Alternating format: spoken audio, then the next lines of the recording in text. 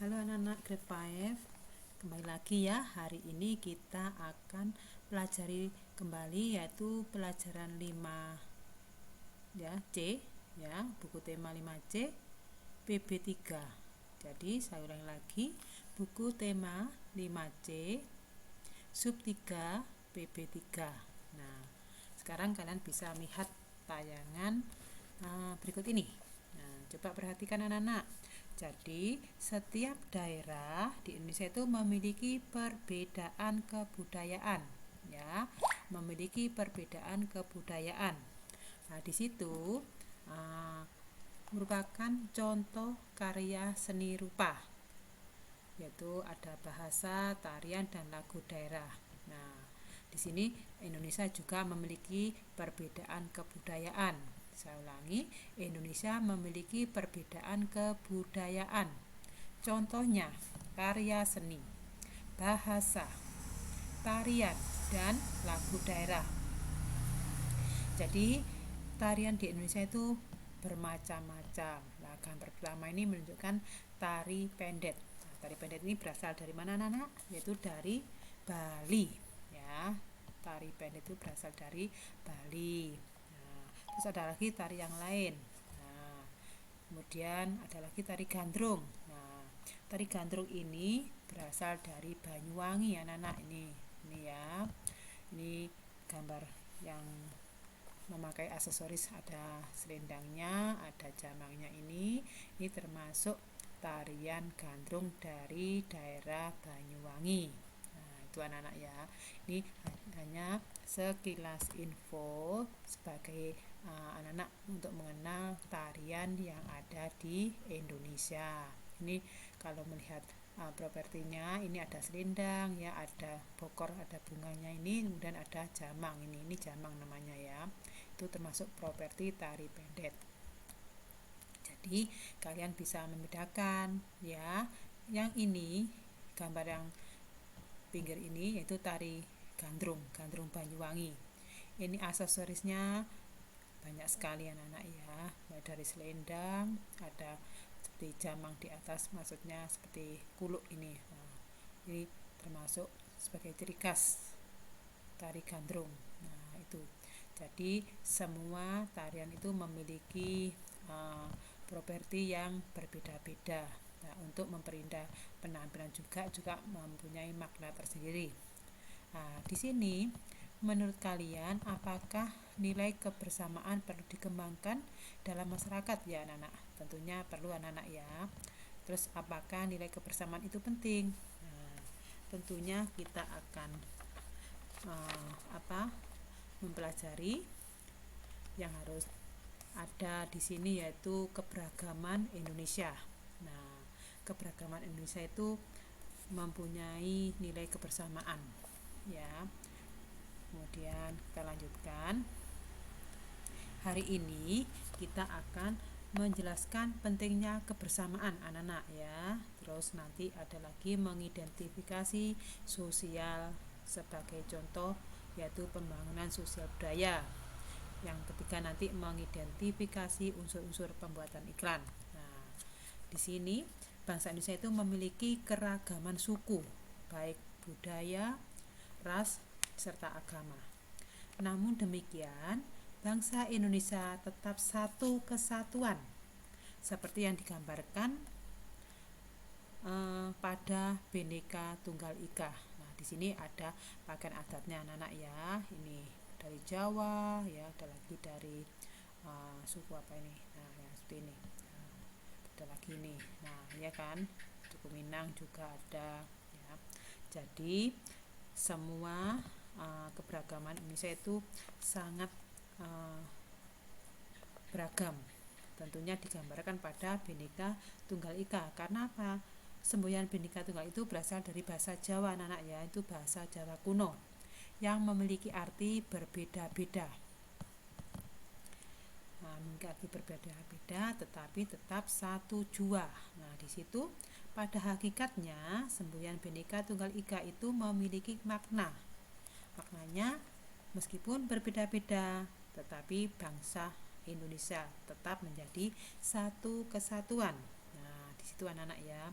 Jadi memang Indonesia itu sangat beragam suku, ada sukunya, ada ras dan serta agama. Jadi semboyan Bhinneka Tunggal Ika itu melekat pada burung Garuda yang memiliki atau burung Garuda itu merupakan lambang negara Indonesia. Jadi adanya semangat kebersamaan dalam keberagaman. Keberagaman itu harus apa? Harus dimiliki oleh setiap warga. Tentunya warga siapa? Yaitu warga negara Indonesia. Ada semangat kebersamaan dalam semboyan Bhinneka Tunggal Ika itu membantu kita dalam memaknai keberagaman yang ada di Indonesia. Nah, di sini ada cara mewujudkan semangat kebersamaan dalam kehidupan sehari-hari. Nah, yang pertama itu rela berkorban. Demi siapa? Demi tanah air. Nah, kemudian menghormati kebudayaan lain. Nah, artinya menghormati kebudayaan lain itu meskipun kita satu negara Indonesia, tapi berbeda-beda dari daerah masing-masing. Nah, kebudayaan daerah itu kita hargai anak-anak. Jadi tidak boleh di daerahku yang paling bagus budayanya. Nah, di asal daerahku juga paling bagus. Nah, tapi kita tidak seperti itu anak-anak ya. Karena apa? Karena kita sudah mengetahui bahwa Indonesia itu tetap negara kesatuan. Nah, jadi negara yang berbhinneka tunggal ika. Masyarakatnya juga majemuk. Nah, itu anak-anak ya. Masyarakatnya juga majemuk. Maksudnya majemuk itu berbeda-beda. Ada bermacam-macam suku dan juga bermacam-macam adat istiadat. Nah, yang ketiga ini yang C itu memiliki semangat dan cinta tanah air. Nah, di situ kalau kita mewujudkan semangat kebersamaan, tentunya kita termasuk cinta pada tanah air. Nah, itu. Jadi adanya semangat untuk mencintai keragaman yang ada di Indonesia. Kemudian pendapat, nah itu menghargai pendapat orang lain. Nah, di sini sudah tercermin anak-anak ya, menghargai pendapat orang lain itu tercermin pada sila keempat Pancasila, yaitu apa? Sila keempat Pancasila berbunyi kerakyatan yang dipimpin oleh hikmat kebijaksanaan dalam permusyawaratan perwakilan. Nah, di situ kita kalau menghargai pendapat orang lain tentunya di dalam musyawarah itu anak-anak ya. Tentunya anak-anak pernah melaksanakan musyawarah. Nah, di sini memang menjelaskan kebersamaan dalam keberagaman. Nah, yang selanjutnya itu menjunjung tinggi sikap tenggang rasa. Nah, kalau kita menjunjung sikap tenggang rasa artinya kita tidak boleh membuat kecewa orang, mungkin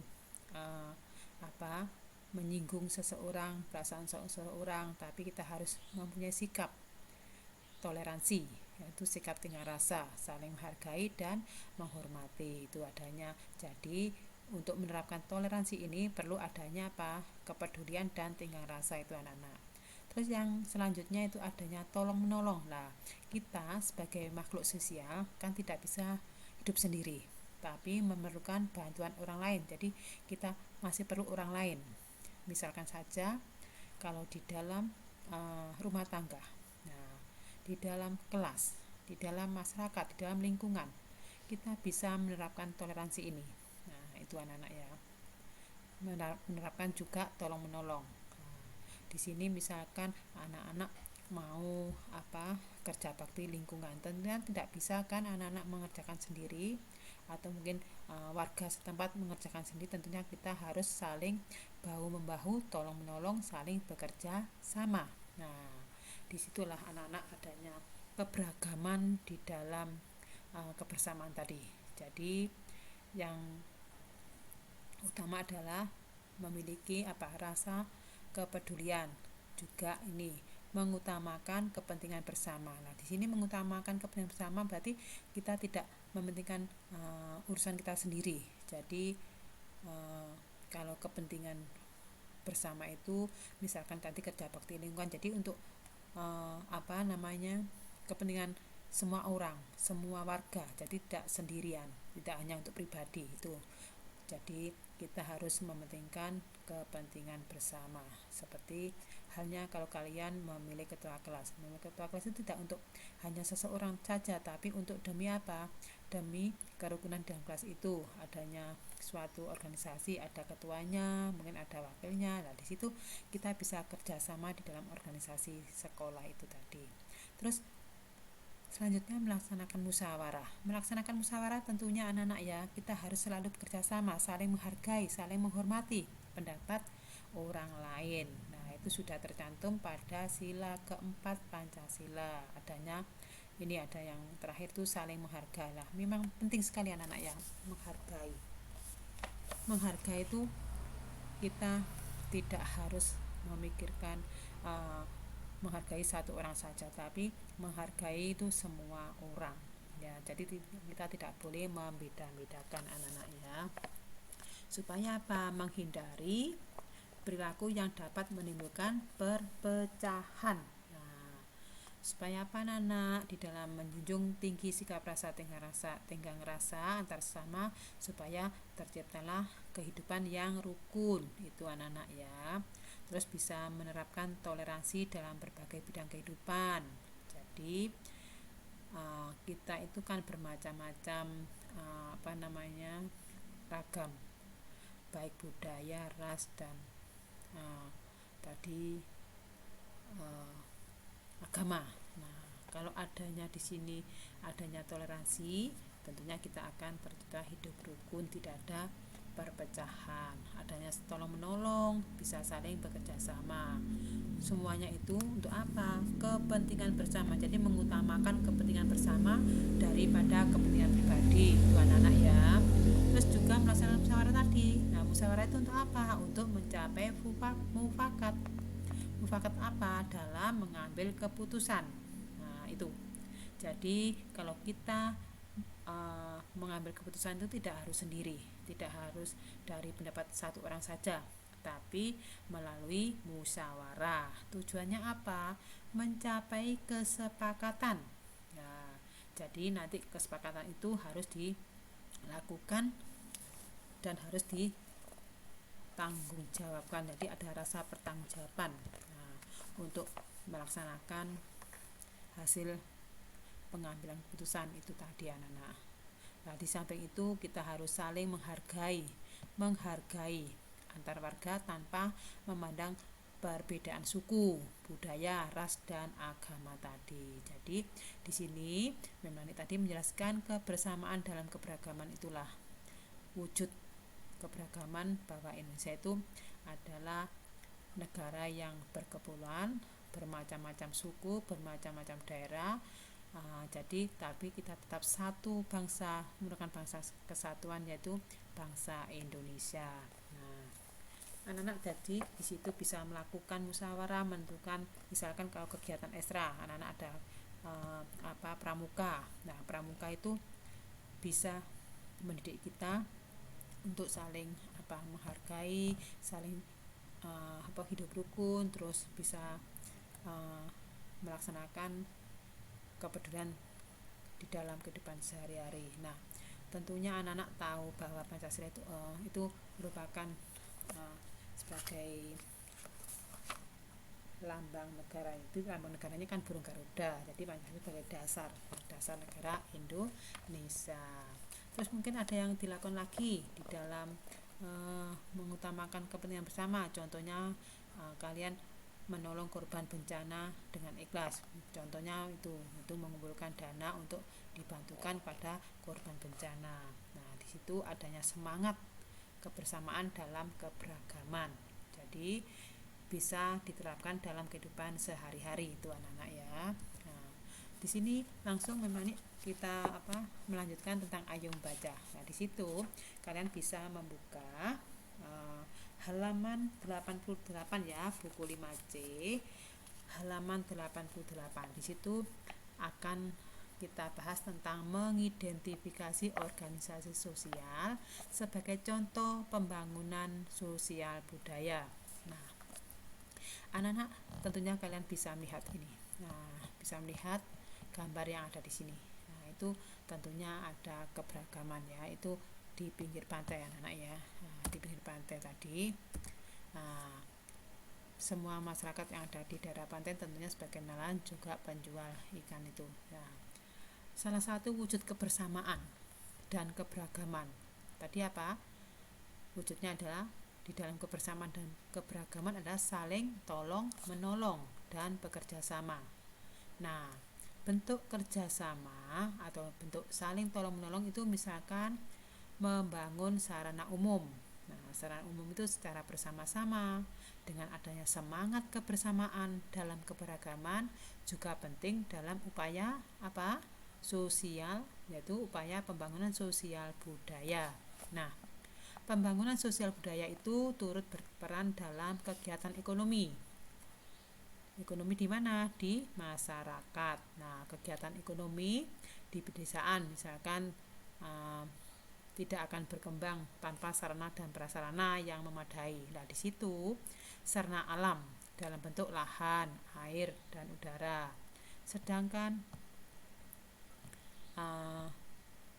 sarana pendukungnya seperti apa? Pendukungnya itu ilmu pengetahuan, perlengkapan pertanian, pupuk dan bibit tanaman. Nah, di situ penduduk desa berupaya untuk apa? Mendapatkan sarana dan prasarana tersebut untuk mendukung produksi pertaniannya. Nah, di sini ada gambar orang yang sedang menjual ikan. Anak-anak ini kan dekat pantai ya anak-anak ya, itu untuk apa? Yaitu untuk mendapatkan sarana dan prasarana tersebut untuk mendukung kegiatannya tadi supaya apa? Membantu kelancaran ekonomi. Jadi untuk membantu kegiatan ekonominya. Jadi dibentuklah suatu organisasi sosial dan organisasi masyarakat. Fungsinya apa? Fungsinya tadi untuk apa? Mendukung kegiatan ekonomi. Nah, salah satu kegiatan sosial yang terbentuk adalah Koperasi Unit Desa atau KUD ya. KUD. Nah, KUD itu apa? Adalah singkatan KUD adalah koperasi yang dibentuk untuk memenuhi kebutuhan masyarakat di dalam kegiatan pertanian. Jadi, KUD itu meliputi usaha simpan pinjam, penyediaan sarana pertanian, mungkin bisa membantu seperti itu untuk kegiatan produksinya, untuk memasarkan produksinya. Nah, keberadaan KUD itu sangat membantu anak-anak ya. Itu membantu masyarakat desa dalam mengembangkan perekonomian desa. Jadi koperasi unit desa itu dikelola oleh warga desa itu sendiri. Itu anak-anak ya. Jadi untuk mengidentifikasi organisasi sosial itu sebagai contoh pembangunan sosial budaya. Nah, saya lanjutkan kembali sebelum adanya pertanyaan di dalam tayangan ini. Tentunya kalian harus mengetahui apa sih KUD. Nah, KUD itu apa? Koperasi unit desa, yaitu merupakan salah satu contoh pembangunan sosial budaya. Jadi KUD itu tumbuh dan berkembang dalam kehidupan sosial masyarakat desa. Jadi KUD itu hanya ada di desa anak-anaknya. Nah, di situ kegiatan koperasi telah membudaya dari generasi ke generasi. Tujuannya apa anak-anak? Dibentuknya KUD untuk meningkatkan kesejahteraan dan taraf hidup masyarakat desa. Nah, memang ini sudah menjelaskan bahwa koperasi Indonesia itu banyak manfaatnya ya, terutama bagi petani ya, bagi petani, untuk membantu petani dalam dana permodalan. Nah, untuk apa permodalan itu? Untuk penyediaan bibit tanaman dan pupuk dengan harga yang murah. Itu namanya di koperasi desa tadi. Tentunya ada di desa. Jadi supaya KUD itu tumbuh dan berkembang dalam kehidupan sosial masyarakat desa, kegiatan koperasi itu juga telah membudaya. Saya ulangi, tadi koperasi itu telah membudaya ke generasi ke generasi. Nah, itu tadi karena dibentuknya KUD itu untuk membantu atau meningkatkan kesejahteraan dan taraf hidup masyarakat desa.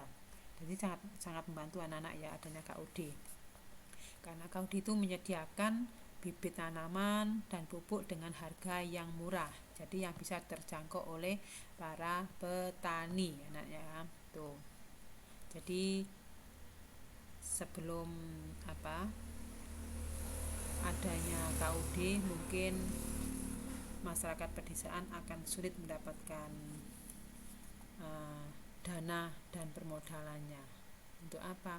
Supaya untuk membantu kegiatan ekonominya, untuk kesejahteraan mereka, untuk mencapai taraf hidup masyarakat desa yang bisa membantu dalam kehidupan sehari-hari itu anak-anak. Untuk selebihnya mungkin sekarang kita bisa menjawab pertanyaan. Mungkin kamu bisa mendiskusikan. Nah, ini pertanyaannya yang pertama, apakah semangat kebersamaan dalam keberagaman keberagaman penting dalam aktivitas seperti gambar samping. Nah, itu kamu amati dulu. Apakah semangat kebersamaan dalam keberagaman penting dalam aktivitas seperti gambar samping? Nah, itu tentunya anak-anak itu jawabnya apa? Sudah jelas kan? Sudah jelas bahwa kebersamaan dalam kegiatan yang ada di gambar ini sangat penting sekali. Nah, anak-anak ya. Tuh. Terus yang kedua, organisasi sosial apa yang mungkin terjadi pada gambar? Tentunya organisasi apa itu? Nah, itu kan ada kegiatan jual beli kan anak-anak. Jadi merupakan organisasi di bidang ekonomi, jadi kegiatan ekonomi. Nah, terus apa manfaat organisasi sosial tersebut? Jadi organisasi sosial tersebut adalah manfaatnya untuk membantu para masyarakat agar untuk kesejahteraan hidup dalam kehidupan sehari-hari. Nah, untuk nomor 4, apa pengaruh aktivitas tersebut terhadap pembangunan sosial? Pengaruhnya apa, Nana? Nah, itu pengaruhnya dalam aktivitas adalah selalu harus adanya pemecahannya ya, Nana ya. Jadi untuk aktivitas di dalam pembangunan sosial itu harus ada pendukungnya, jadi harus ada sarana dan prasarana. Nah, kemudian yang kelima, apakah hambatan yang mungkin dihadapi dalam aktivitas tersebut? Hambatannya biasanya apa? Nah, itu kendalanya adalah untuk memasarkan barang. Kalau tidak ada sarana dan prasarananya mungkin akan sulit untuk mencapai kesejahteraan itu anak-anak. Jadi perlu bantuan orang lain. Jadi intinya kita sebagai makhluk sosial itu tidak bisa hidup sendiri tanpa bantuan orang lain. Jadi kita masih perlu bantuan orang lain. Ya, itu anak-anak. Jadi kalau kita bisa mengartikan seperti itu, tentunya kita nanti bisa mencapai kesejahteraan di dalam hidupnya sehari-hari. Nah, kita lanjut ya anak-anak ya. Sekarang kita melanjutkan, yaitu ayo menulis. Mengidentifikasi unsur-unsur pembuatan iklan. Nah, di situ sumber daya alam yang dimanfaatkan oleh penduduk sekitar juga dapat dikenalkan kepada penduduk daerah. Di situ ada kata kuncinya nanti ya. Jadi cara mengenalkannya adalah dengan mempromosikan. Mempromosikan itu harus menggunakan apa? Tentunya menggunakan iklan. Nah, kalian harus ingat apa yang dimaksud dengan iklan. Jenis iklan, yaitu ada lagi iklan bermacam-macam, dan salah satunya adalah iklan layanan masyarakat. Nah, pada umumnya semua iklan itu memiliki unsur yang sama ya anak-anak ya. Jadi tentunya kalimat yang digunakan dalam iklan itu, semua jenis iklan menggunakan kalimat persuasif, yaitu kalimat yang bersifat mempengaruhi. Nah, mempengaruhi orang yang membaca atau mendengar. Jadi kalimat persuasif itu kalimat yang bersifat mempengaruhi orang yang membaca atau mendengar. Nah, jadi saat membuat iklan layanan masyarakat, kita harus apa? Yaitu harus memperhatikan unsur-unsurnya. Nah, di situ unsur-unsur dalam iklan layanan masyarakat bisa kamu lihat dalam peta pikiran. Nah, di sini ada unsur-unsur iklan. Nah, ya kan anak-anak ya, unsur-unsur iklan. Di situ ada kata kunci. Kata kuncinya itu apa? Berupa topik. Kemudian ada isi iklan. Nah, ada isi iklan. Terus ada sasaran atau orang yang tuju. Terus ada lagi tujuan iklan dibuat. Kemudian ada sketsa gambar iklan. Nah, itu anak-anak ya. Jadi kata kunci untuk berupa judul atau topik dalam unsur-unsur iklan tadi. Nah, jadi saya ulangi lagi, unsur-unsur iklan itu meliputi kata kunci atau berupa judul atau topiknya. Kemudian ada lagi isi iklan itu apa dari unsur-unsur iklan, dan ada unsur-unsur iklan itu mempunyai tujuan iklan dibuat, mempunyai sasaran atau orang yang dituju, dan sketsa gambar iklan. Nah, misalkan ini, ya, sini ada makan sayur untuk tumbuh lebih sehat. Nah, itu kamu perhatikan, ini termasuk layanan masyarakat. Nah, di situ layanan masyarakat contohnya lah yang dipegang anak tadi, dia memegang wortel, depannya ada sayur. Nah, itu anak-anak ya, sayur ya. Nah, jadi di sini ada kata-kata makan sayur untuk tumbuh lebih sehat. Nah, di situ ada beberapa hal yang ada dalam kotak itu. Nah, misalkan ini, perbanyak makan sayur, dapatkan manfaatnya. Nah, badan lebih bugar dan kuat, daya tahan tubuh meningkat, kesehatan pencernaan terjaga, hidup lebih berkualitas. Nah, iklan tersebut bertemakan apa, Nana? Bertemakan tentang apa? Kesehatan. Nah, ya toh. Jadi temanya adalah kesehatan. Itu tadi dari layanan masyarakat tadi, iklan layanan masyarakat.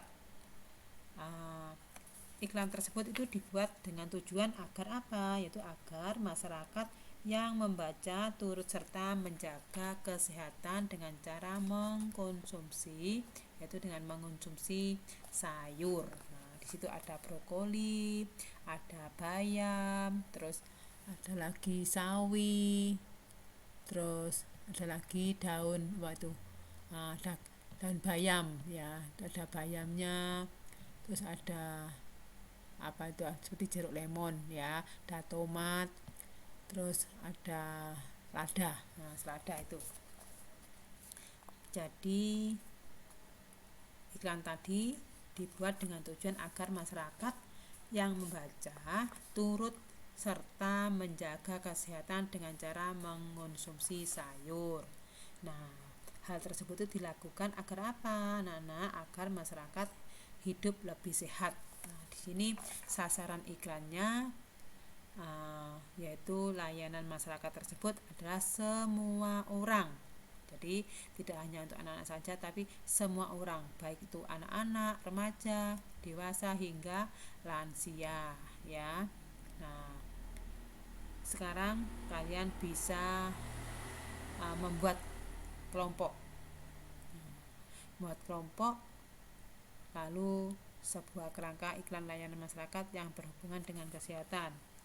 Nah, di situ pada halaman 90 ada. Jadi kita bisa menulis di situ nama kelompoknya apa, terus kalimat efektifnya, terus kesesuaian gambar dan isi iklan, ketepatan tujuan dan sasaran, penilaian secara keseluruhan. Jadi temanya tadi bertemakan kesehatan dari iklan tersebut tadi. Nah, sekarang kita akan merangkum. Nah, di situ merangkum, jadi yang dipahami pertama menjelaskan pentingnya kebersamaan. Saya ulangi lagi di sini, pertama yaitu Memnani menjelaskan tentang kebersamaan dalam keberagaman. Jadi kalian bisa melihat manfaatnya di dalam kebersamaan tadi, apa manfaatnya. Kemudian mengidentifikasi organisasi sosial sebagai contoh pembangunan sosial. Di situ ada fungsi KUD atau Koperasi Unit Desa. Tentunya fungsinya di situ tadi sudah dijelaskan oleh Memnani, bahwa untuk membantu masyarakat desa untuk kesejahteraan. Nah, jadi dibentuknya adanya KUD yaitu Koperasi Unit Desa untuk membantu masyarakat desa untuk lebih supaya kesejahteraannya bisa menjadi lebih baik. Nah, kemudian juga mengidentifikasi unsur-unsur pembuatan iklan. Nah, di situ unsur-unsur pembuatan iklan tertera pada peta pikiran. Di sini ada saya ulangi lagi, ada kata kunci yaitu berupa judul atau topiknya dari unsur-unsur iklan tadi. Kemudian ada isi iklan, ada tujuan iklan. Ya, jadi unsur-unsur iklan itu tentunya ada tujuan iklan dibuat. Nah, terus ada lagi isi iklan, sasaran atau orang yang dituju. Nah, iklan unsur-unsur iklan itu tadi tujuan siapa? Ada siapa? Itu kepada orang yang dituju, itu pada masyarakat. Terus ada lagi sketsa gambar iklan. Nah, sketsa gambar iklan itu sangat mendukung sekali anak-anak supaya barang yang ditawarkan itu bisa diketahui orang lain atau orang yang dituju. Nah, tentunya masyarakat. Nah, jadi di situ termasuk adanya layanan masyarakat, bisa diketahui bahwa produk apa yang ditawarkan. Nah, tujuan iklan itu tadi dibuat untuk siapa? Nah, itu. Terus isi iklannya apa? Nah, itulah anak-anak. Jadi langkah-langkah atau unsur-unsur iklan ada 5 tadi. Nah, kemudian kita lanjut ke ayo berlatih. Nah, di situ ayo berlatih yang pertama, penerapan semangat kebersamaan dalam keberagaman dapat dilakukan dengan lingkungan sekolah, salah satunya diskusi kelas. Kemudian tuliskan contoh penerapan semangat kebersamaan dalam keberagaman yang dapat dilakukan saat diskusi kelas. Nah, itu. Jadi lalu jelaskan manfaat dan penerapan tersebut. Yang kedua, apa fungsi Koperasi Indonesia atau KUD? Tadi sudah jelaskan kan? Jadi anak-anak bisa membuka kembali bukunya, yaitu tadi dari buku tema 5C ya, 5C subtema 3, PB-nya PB 3. Itu tadi ya, PB 3. Terus apa tujuan, sasaran dan manfaat dibuatnya iklan layanan masyarakat? Jadi kalian bisa menjelaskan ya. Yang keempat, apakah slogan dalam iklan layanan masyarakat itu perlu? Tentunya perlu anak-anak. Kamu bisa memberikan tanggapan kalian. Terus yang kelima, buatlah contoh sebuah iklan layanan masyarakat dengan tema peduli kesehatan. Tuh. Jadi kalau kalian bisa membaca kembali ulasan tadi, tentunya kamu bisa menjawab pertanyaan yang tertera pada ayo berlatih. Nah, itu anak ya. Demikian untuk pembahasan tema 5C tadi, subtema 3, PB-nya PB 3. Nanti kita lanjutkan langsung PB 4 anak-anak ya. Terima kasih. Nanti kita kembali lagi. Tuhan memberkati.